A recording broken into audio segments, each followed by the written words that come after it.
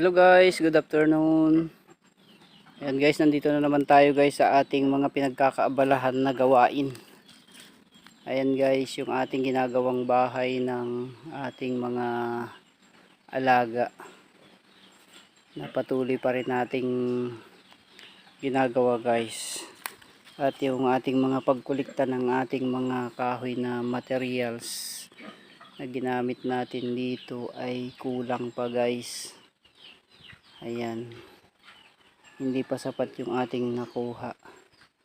Ayan, nabuo na natin guys yung ating house ng ating mga alaga. At bukas magpapatuloy pa rin tayo sa pagkulikta na naman ng ilalagay nating kahoy guys. At dito nga inabot na tayo ng hapon ay